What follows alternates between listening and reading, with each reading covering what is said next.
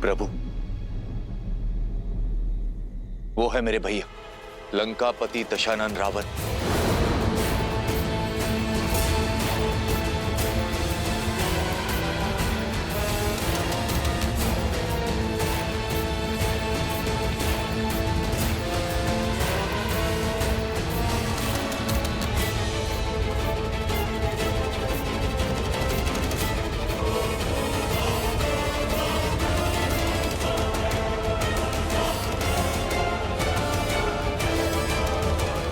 लंकेश ने कहा है कि मित्रता अपनी बराबरी के लोगों के साथ होनी चाहिए और लंका के राजा की मित्रता को स्वीकारिए और इस वनवासी का साथ छोड़ दीजिए। तो ये है रावण।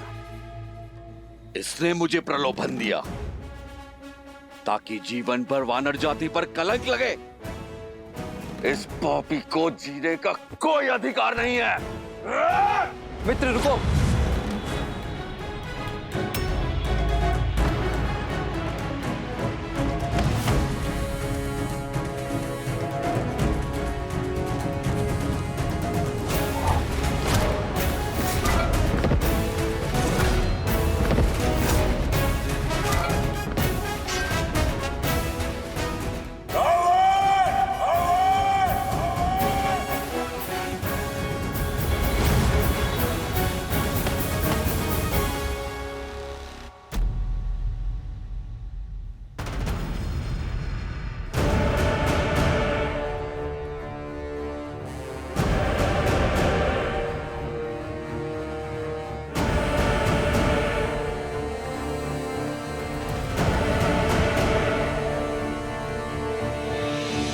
सत्य में वानर ही हो, बिना निमंत्रण कहीं भी पहुंचने का अभ्यास तुम्हारी जाति को। काल भी बिना निमंत्रण के ही पहुंचता है पापी।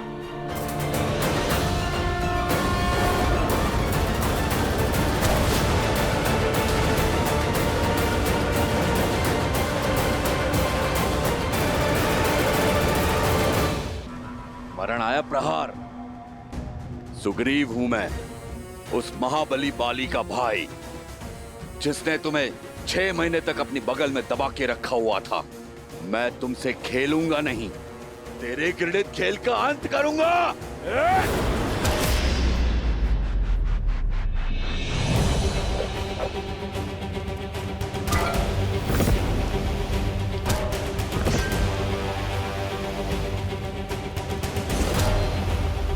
जय श्री राम।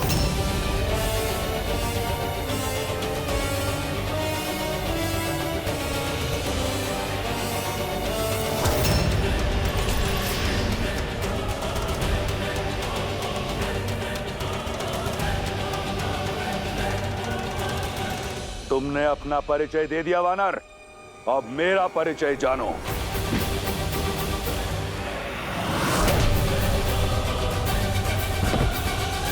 इन्हीं हाथों से कैलाश उठाया है इस दशानन ने। वीर अपना परिचय वार के बाद देता है। राक्षस हूं मैं, रक्ष राज रावण।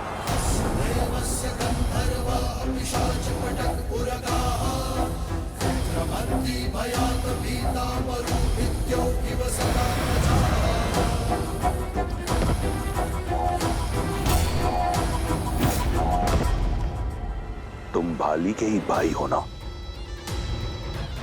लगता नहीं है। कायर सर्वदा दूसरे के बल का उदाहरण देता है।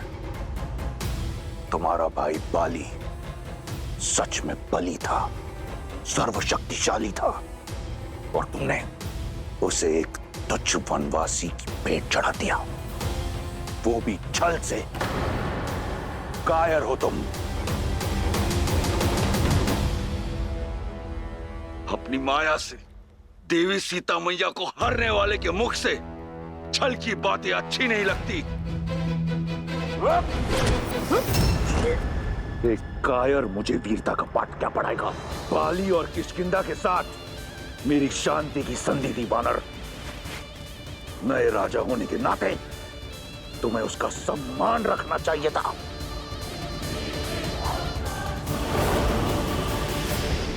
जो राक्षस नारी का सम्मान ना करे, उसका कैसा सम्मान? आज श्री राम का ऋण उतार दूंगा। ऋण तो मैं उठाऊंगा, बाली की मित्रता का। ये राक्षस तुम्हारा और तुम्हारे राम का नाश करेगा, स्वर्ग जैसी तुम्हारी किष्किंधा को नरक बना देगा, स्मशान बना देगा, और सीता की भांति रूमा मेरी होगी। रक्ष विवाह करूंगा उससे।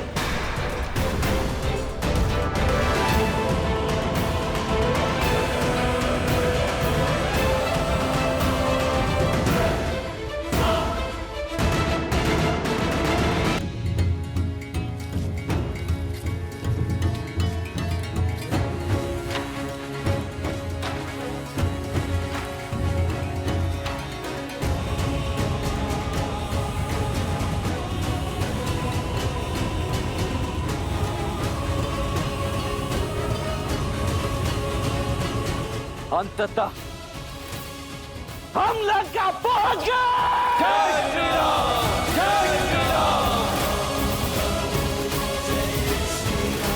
अब आज्ञा दीजिए भैया, इस पापी नगरी को ध्वस्त करने के लिए अब और प्रतीक्षा नहीं कर पा रहा हूं मैं।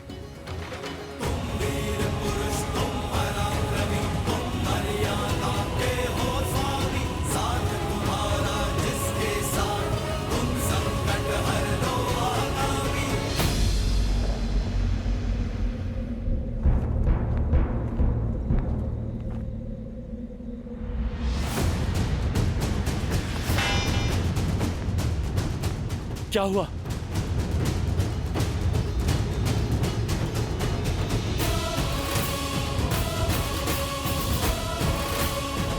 ये कोई छोटी मोटी टुकड़ी नहीं, बहुत बड़ी सेना है।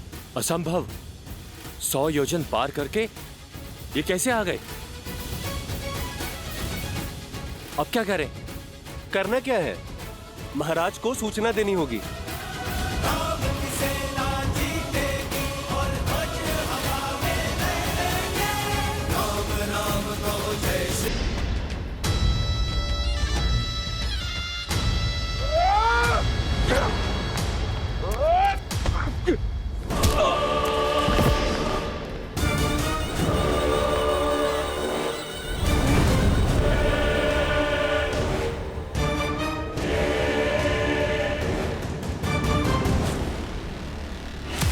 मुझ पर आक्रमण करने से पहले तुम्हें स्मरण होना चाहिए था, काल मेरा दास है। अब बताओ, मुझसे तुम्हारी रक्षा कौन करेगा? तुम्हारा धर्म, तुम्हारा सत्य, तुम्हारा राम? मित्र, मुझसे बचाने कोई नहीं आएगा। जब संकट सर पर आता है तो केवल बल बचाता है, और रावण के विरुद्ध लड़ने के लिए तुम्हारे पास कोई बल नहीं है। अपने प्राण त्यागने के लिए सज हो जाओ वानर।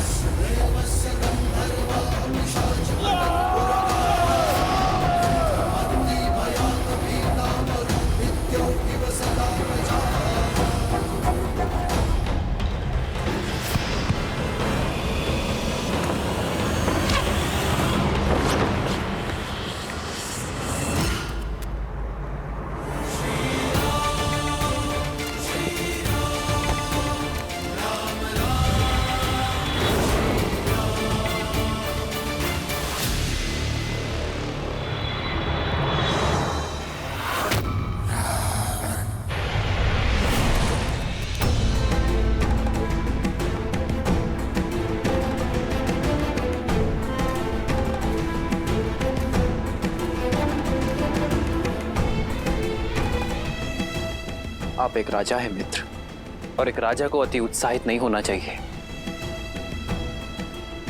हम धर्मयुद्ध के लिए आए हैं, इस प्रकार घात के लिए नहीं। आप हमारी सेना के प्रमुख सेनापति हैं। इस अति उत्साह के चलते यदि आपको कुछ हो जाता तो क्या उत्तर देता मैं वानर सेना को? क्या उत्तर देता मैं देवी रूमा को?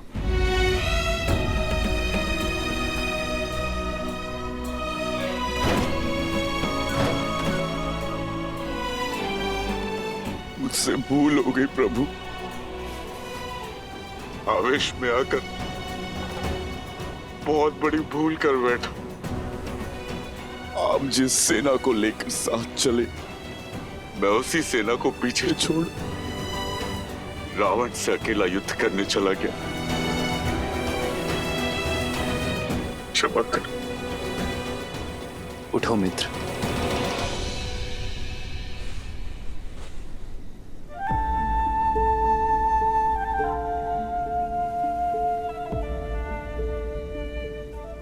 आप इस युद्ध के नायक हैं, इस महासेना के राजा हैं, और एक नायक का कर्तव्य होता है कि वो सबको अपने साथ लेकर चले, अपने नियमों का पालन करें, केवल इस क्षण का नहीं, आने वाले कल का भी सोचे। भावनाओं में बहकर भविष्य की सूद खो बैठा था मैं। रावण पर अचानक आक्रमण करने का दुस्साहस अनुचित है मित्र, किंतु अपनी भूल को स्वीकारने का प्रयास प्रशंसनीय है। अपनी साहस का परिचय तो आपने दे दिया, अब अपनी सामर्थ्य का परिचय दीजिए। शत्रु के द्वार पर हम खड़े हैं, अपनी वानर सेना का मार्गदर्शन कीजिए मित्र।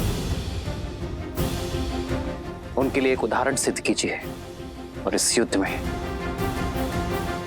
मेरे सहायक बनिए। इतनी बड़ी भूल को भूलकर मुझको अब इतना बड़ा दायित्व सौंप रहे हैं। अपने भक्त को पुनः अपना सिर उठाने का अवसर दे। आप धन्य है प्रभु, आप धन्य।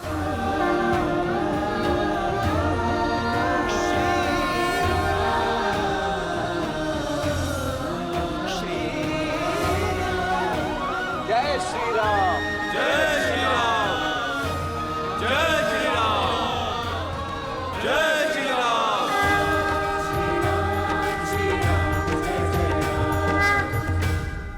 मुकुट का स्थान राजा के शीश पर होता है। शुक, महाराज, किष्किंधा के राजा को उसका मुकुट लौटा दो।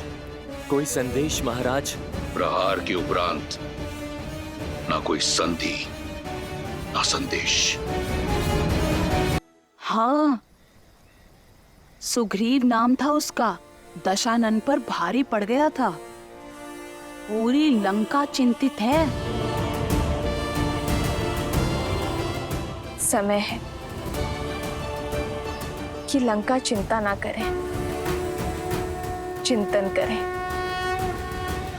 सोचो, जिस सेना के एक वानर ने लंकेश के मस्तक पर बल डाल दिया था, तो जब उस सेना के नायक स्वयं रावण के सामने आएंगे तो वो क्या करेंगे, तब क्या होगा? कल प्रातःकाल दशानन ने विशेष सभा बुलाई है। मैं वहां जाकर पूरी सूचना लेकर आऊंगी। किंतु सीता, राम क्या करेंगे? जिस लंका को, लंकेश को आज तक कोई नहीं जीत पाया है, वो कैसे जीतेंगे? जिन्होंने सागर को स्वयं मार्ग देने पर विवश कर दिया, जिन्होंने वानरों को योद्धा बना दिया, उनके लिए कुछ भी असंभव नहीं है त्रिजटा। और अब वो कुछ ऐसा करेंगे जो किसी ने कभी नहीं सोचा होगा। प्रभु, आपकी योजना अति उत्तम। आपका साथ और लंका के भीतर की सूचना ना होती तो ये योजना कभी संभव नहीं हो पाती। अब सभी नायक ध्यान से सुनिए। रावण को लगता है कि लंका का चारों ओर सागर से घिरे रहना उसका सबसे बड़ा बल है, और हम उसके इसी बल को उसकी दुर्बलता बना देंगे। लंका में प्रवेश करने के 4 मुख्य द्वार हैं: पूर्व द्वार, पश्चिम द्वार, उत्तर द्वार और दक्षिण द्वार। हम लंका तक जाने वाली हर खाद्य और युद्ध सामग्री का मार्ग बंद कर देंगे। लंका का पूर्ण घेराव होगा ना कोई बाहर से आ पाएगा और ना ही कोई भीतर से बाहर जा पाएगा। इसके हमें दो लाभ होंगे। पहला, लंका दिन प्रतिदिन दुर्बल होगी, और दूसरा, लंका की सेना का मनोबल गिरता जाएगा। प्रभु, कौन सा सेनापति कौन से द्वार पर होगा? पहले वानर सेना को लंका का घेराव करने दीजिए, हम फिर निर्णय लेंगे कि कौन सा सेनापति किस द्वार को संभालेगा। सर्वप्रथम दक्षिण द्वार का घेराव किया जाएगा, क्योंकि वहां सबसे कम सुरक्षा है। फिर सेना की एक टुकड़ी पश्चिम द्वार पर जाएगी और बिना समय नष्ट किए सेना की एक टुकड़ी पूर्व द्वार पर जाएगी। उत्तर द्वार की स्थिति सबसे महत्वपूर्ण है और सबसे संवेदनशील भी।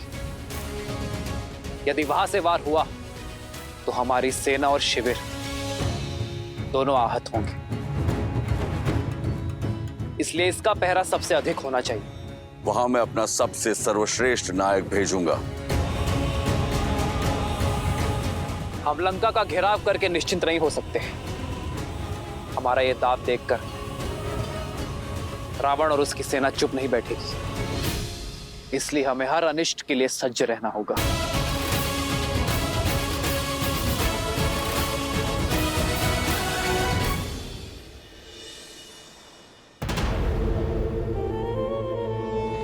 महाराज, 16 कोटि बानरों ने राज्य को चारों ओर से घेर लिया है। सभी द्वार उनके आधिपत्य में है। स्थिति बड़ी ही विकट है महाराज।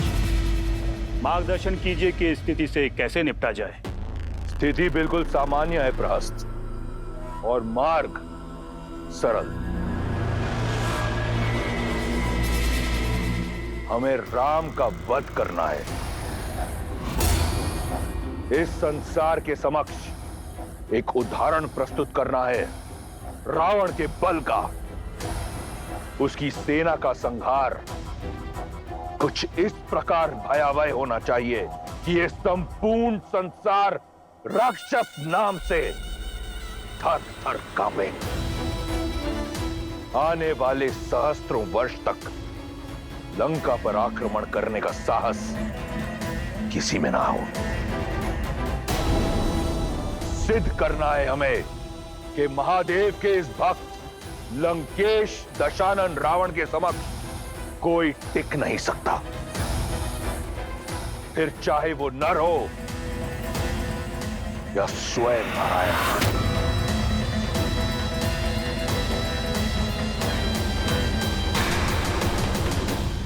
साजोपुत्र, लंका के शत्रुओं का रक्त चखने के लिए मेरी तलवार कब से लालायित है पिताश्री। तो फिर लंका के युवराज और मेरे सर्वोच्च सेनापति होने का दायित्व निभाओ। युद्ध नीति बनाओ और आगे बढ़ो। तुम्हारे हर निर्णय में मैं तुम्हारे साथ हूं। राम और उसकी वानर सेना को यह अनुमान भी नहीं होगा कि कैसी काज गिरने वाली है उन पर।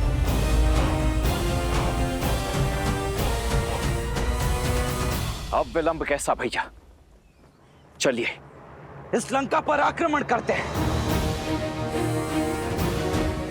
लक्ष्मण भैया ठीक कह रहे हैं प्रभु। शत्रु को सज्ज होने का अवसर क्यों देना? हमें शीघ्र ही अपनी विजय पताका लहरा देनी चाहिए। क्योंकि यह धर्म युद्ध है हनुमान, और धर्म सबको अवसर देता है, रावण को भी। और यह अवसर अंतिम होगा। परंतु क्यों भैया? क्योंकि केवल रावण या उसकी सेना दांव पर नहीं, सैनिकों का परिवार और उनका भविष्य दांव पर है। सबसे श्रेष्ठ युद्ध वही जो लड़ा ना जाए, और सबसे अच्छी युद्ध नीति युद्ध को टाला जाए। तो शांति प्रस्ताव भेजने की तैयारी की जाए। रावण को यह अंतिम अवसर देना आवश्यक है। प्रभु, ये शांति प्रस्ताव लेकर कौन जाएगा? जाम्बन जी, आप सबसे अनुभवी हैं और ज्ञानी भी। आप ही बताइए किसे भेजना उचित होगा?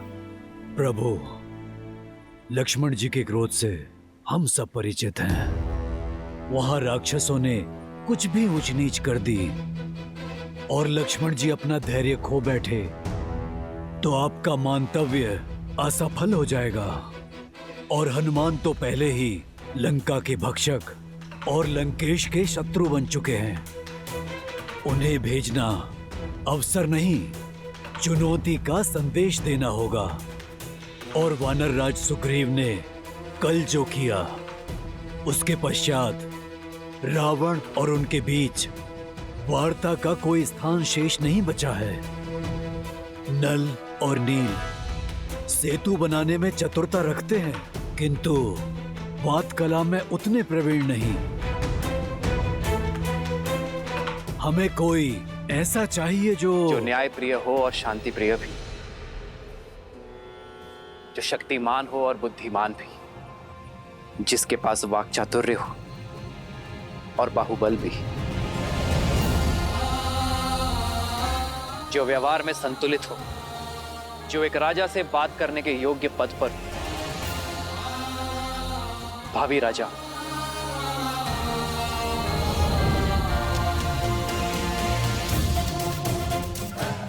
यह अत्यंत ही उत्तम चयन है भैया। शांति प्रस्ताव लेकर अंगद को ही जाना चाहिए। अवश्य प्रभु। अंगद मेरा शिष्य है, उसकी योग्यता पर मुझे पूर्ण विश्वास है। अंगद। प्रभु, मैं सेना में सबसे छोटा और इतना बड़ा उत्तरदायित्व मुझ पर। यह भी आवश्यक है अंगद। शत्रु को ज्ञात होना चाहिए कि इस सेना का सबसे युवा सदस्य भी बुद्धि, शक्ति और नीति में कितना प्रबल है। मैं शांति प्रस्ताव का दायित्व तुम्हें सौंपने जा रहा हूं अंगद। यह कार्य अत्यंत महत्वपूर्ण है और कठिन है। मैं आपको निराश नहीं करूंगा प्रभु। जानता हूं अंगद, मेरी सोच रावण से स्पष्ट शब्दों में कह देना। कह देना यह अंतिम विकल्प और अंतिम प्रस्ताव है। यदि अब भी वो अपनी हट पर अड़ा रहा, सीता को मुझे ना लौटाया, तो युद्ध अंतिम विकल्प होगा और रावण की अधर्म की लंका का सर्वनाश होगा।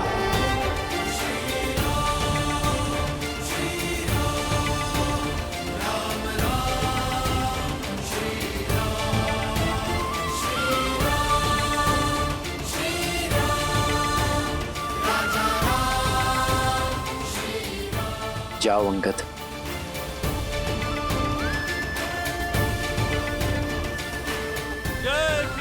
जय श्री राम। अंगद, अपने गुरु का मान रखना। कोई संदेश है हनुमान काका? बहुत धैर्य से काम लेना अंगद। आवेश में लिया हुआ निर्णय अनुचित सिद्ध होता है, किंतु हां, यदि कोई प्रभु श्री राम के विषय में अपशब्द कहे और उनका अपमान करे तो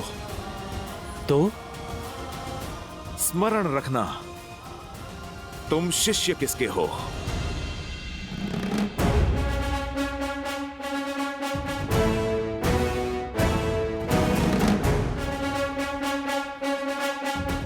जय श्री राम। अरे कोई लंकेश को बताओ, वो वानर फिर आ गया। अरे शस्त्रगार भंडार की रक्षा करो, कहीं वो फिर से लंका को न जला दे।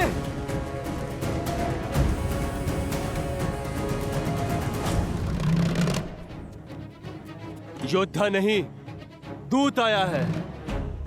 श्री राम का संदेश लाया हूं। लंकेश तक पहुंचने का मार्ग बताओगे या मैं स्वयं बना लूं?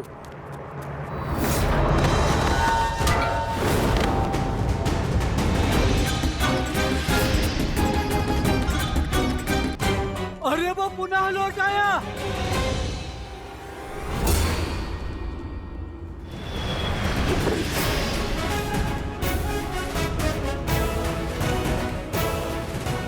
रावण सीधे जाकर दाई मुड़ते ही समग्र है।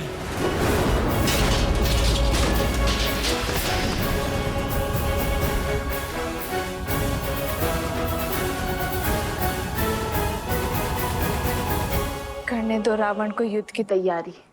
विजयी तो धर्म और सत्य की ही होगी। मेरे श्री राम की होगी त्रिजटा। सुना है श्री राम ने शांति प्रस्ताव के लिए किसी वानर दूत को भेजा है। क्यों? युद्ध से पहले किसी दूत को क्यों? यही तो अंतर है त्रिजटा, मेरे श्री राम और रावण में। श्री राम अपने शत्रु को भी एक अंतिम अवसर देते हैं त्रिजटा।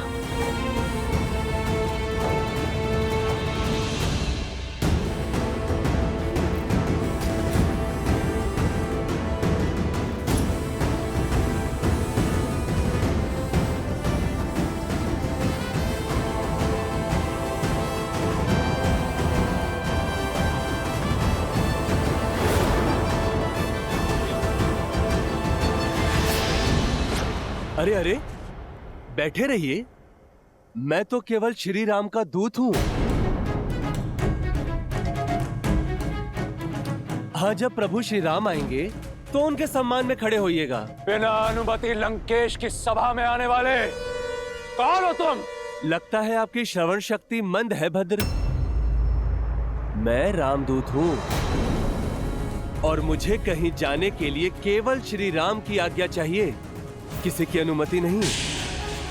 मैं श्री राम का संदेश लेकर आया हूं रावण के लिए। जानता हूं क्या संदेश भेजा होगा उस वनवासी ने।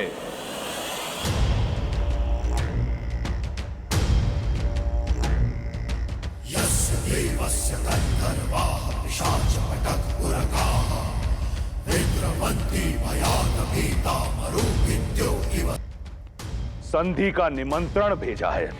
एक कायर से यही आशा थी।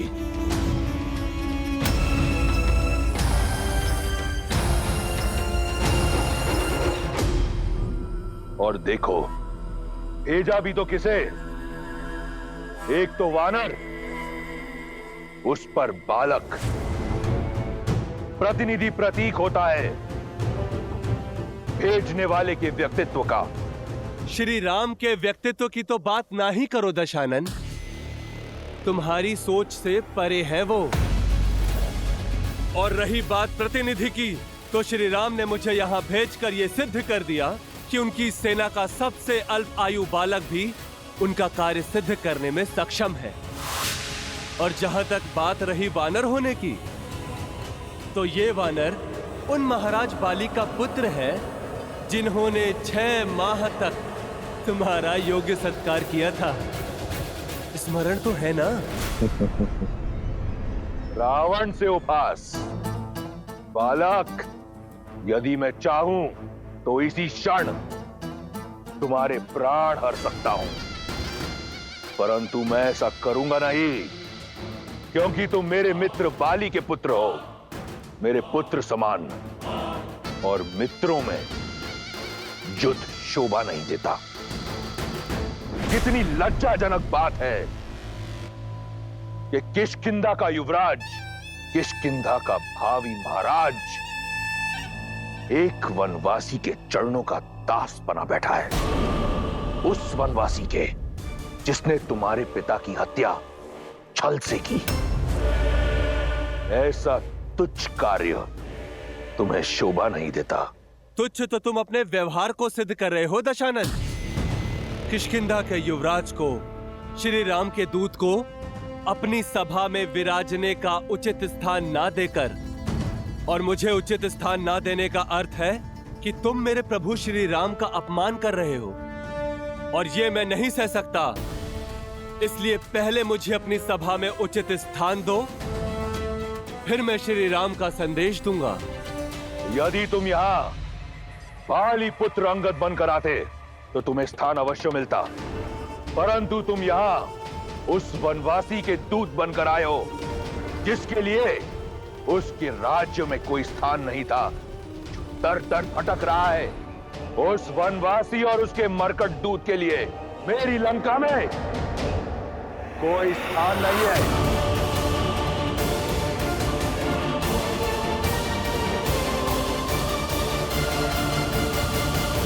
वनवासी और उसके मरकट दूत के लिए मेरी लंका में कोई स्थान नहीं है।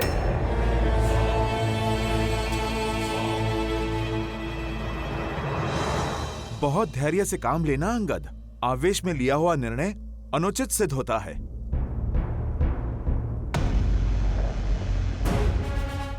पर मेरे लिए मेरा काम आवश्यक है और मेरी बात ठीक से समझ आए, इसलिए बराबरी का स्थान भी आवश्यक है। इसलिए मैं अपना स्थान स्वयं बनाऊंगा। और प्रभु श्री राम की भक्ति में इतनी शक्ति है कि मेरा आसन तुमसे भी ऊंचा बनेगा।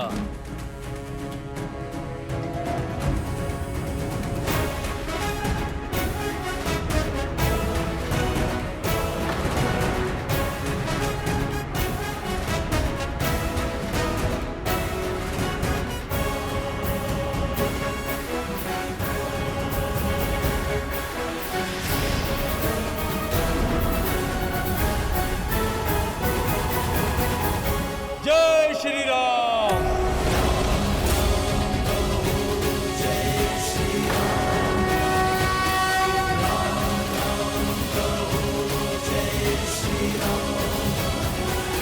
आया दिखाई तुमने लंका के चौराहे पर। कई बार ऐसे करतब देखे हैं मैंने।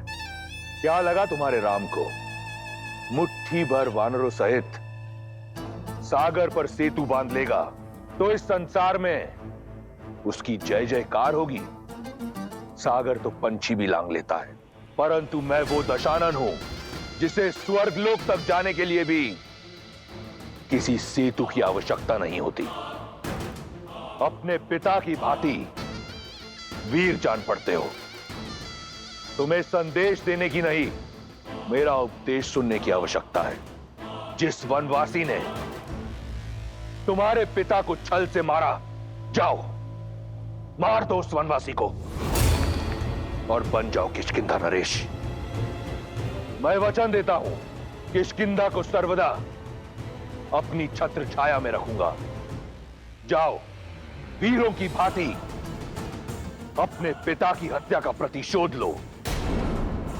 जब नियति चाहती है कि तुम किष्किंधा नरेश बनो, तो क्यों एक वनवासी के चरणों में दास बनकर पड़े हो? क्यों अपने जीवन का सर्वनाश कर रहे हो? क्यों?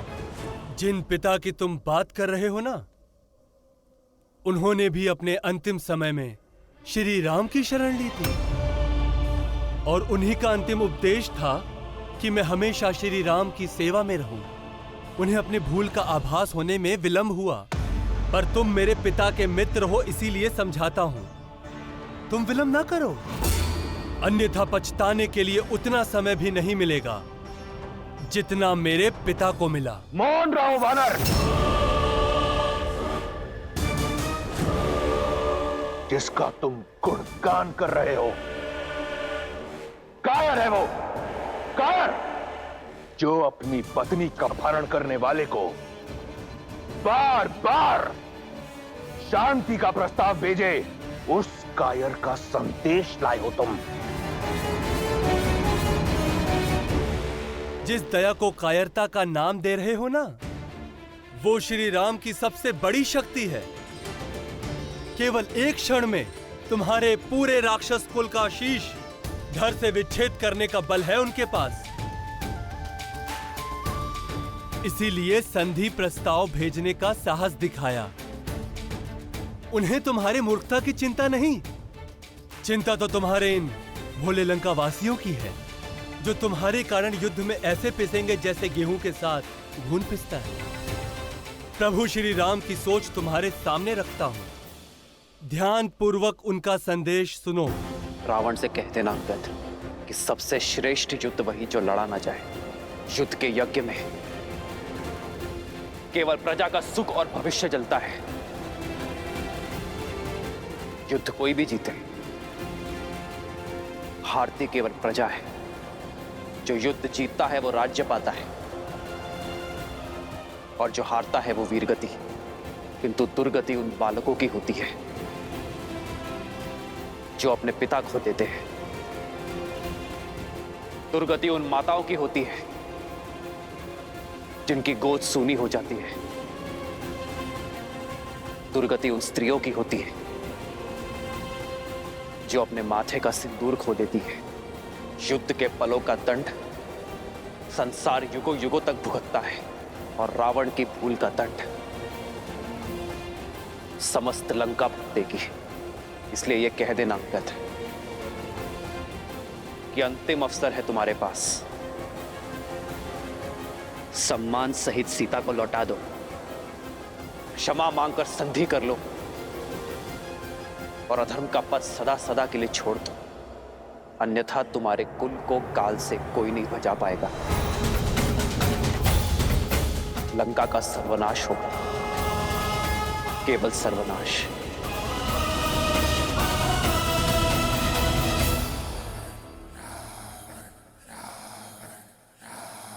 तुमने मेरी आंखें खोल दी अंगद। क्या यह सत्य है?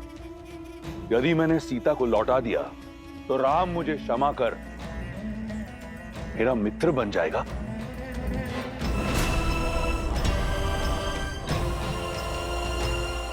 वो सेना जिसने चारों ओर से लंका को घेर रखा है, वो लौट जाएगी? मुझे विश्वास नहीं होता।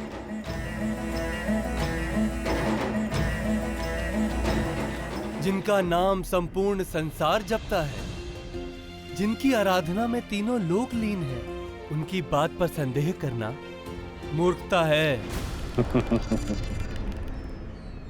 मूर्खता? मूर्खता क्या है मैं बताता हूं। मूर्खता ये सोचना है कि रावण उस राम से क्षमा मांगेगा जिसने मेरी बहन की नाक काटी। मूर्खता ये सोचना है कि रावण उस हनुमान से मित्रता करेगा जिसने मेरे अक्षय कुमार का संहार किया। मूर्खता ये सोचना है कि एक निष्कासित बालक कुछ वानरों की सहायता से उस रावण का संहार करेगा जिसने सहस्त्रों वर्षों में सहस्त्रों वीरों का संहार किया हो। मूर्खता यह है कि 10 लोकों के स्वामी के समक्ष एक वनवासी 3 लोकों के राजा होने का दम भर रहा है।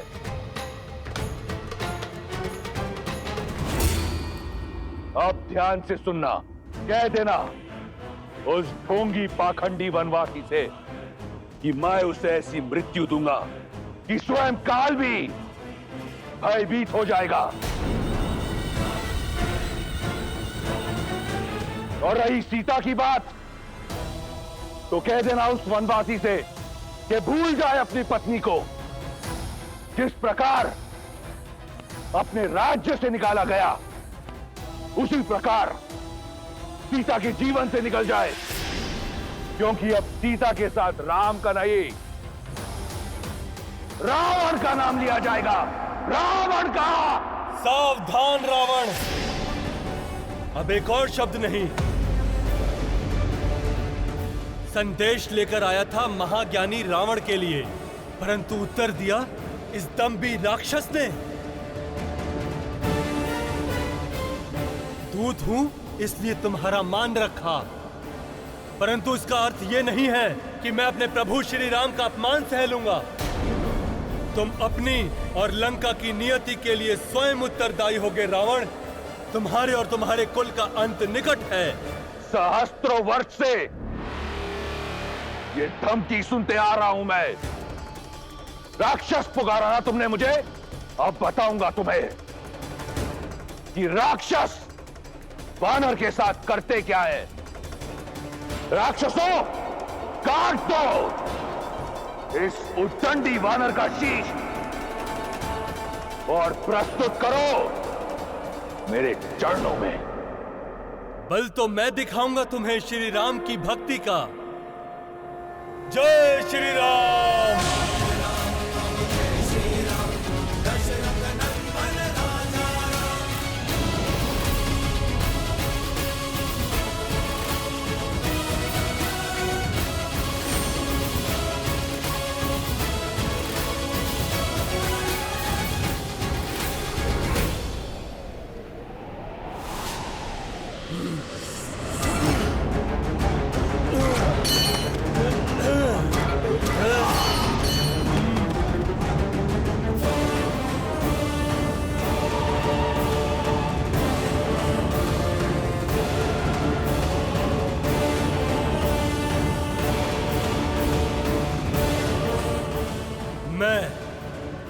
पाली पुत्र अंगद, किष्किंधा का युवराज, प्रभु श्री राम का दूत, यहां खड़े हर एक वीर को ललकारता हूं, यदि तुम में से कोई भी मेरे पांव को लेश मात्र भी हिला पाया तो सौगंध है मुझे प्रभु श्री राम की, पूरी वानर सेना बिना लड़े लौट जाएगी।